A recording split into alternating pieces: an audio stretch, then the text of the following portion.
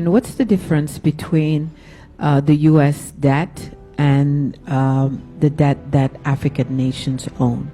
Because the U.S. debt doesn't keep the U.S. from being one of the leading powers of the world, but then African nations can't make it because of that debt that is strangling them.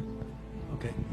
The first question is a very important question. What makes African and third world debt different from the American debt? Number one, America is never going to pay its debts. It doesn't have to. Its debts are in its own currency. We can simply print it. The African debt is not in its currency.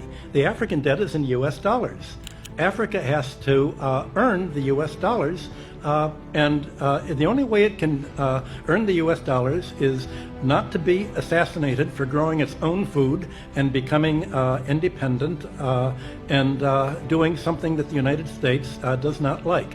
The principle underlying the foundation of the World Bank is that no country should grow its own food. Africa and the third world should only grow export crops.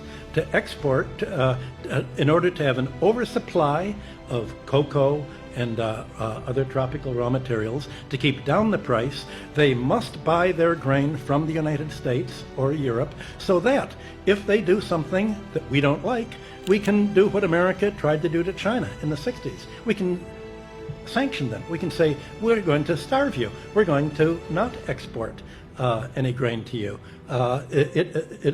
So owing their foreign debt in dollars means that they have to somehow sell something that the United States wants, not what they want.